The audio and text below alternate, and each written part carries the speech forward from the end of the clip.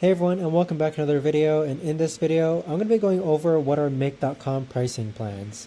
So this video is going to be particularly useful for individuals who are looking to decide whether or not Make.com is for them, and are also wondering what subscriptions should they actually get started off with.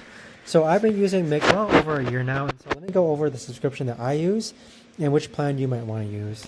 Now, just like with any software as a service, if you pay annually, it is going to be cheaper as compared to if you paid monthly. Now, the one that I use is the Pro recommended plan, which gives me 10,000 operations per month. There's a free version, but really it's not worth it. You are going to need to upgrade just because the free version isn't going to give you that full experience when it comes to using Make.com. Now, you might be deciding between the core plan and the Pro plan, so $9 versus $16 a month.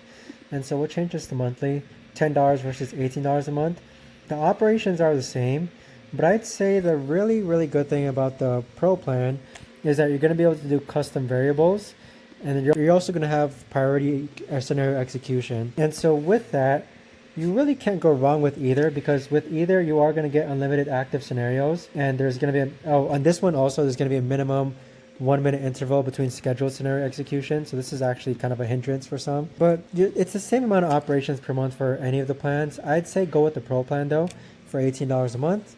And yeah, if you're interested in Make, I hope you found this video helpful.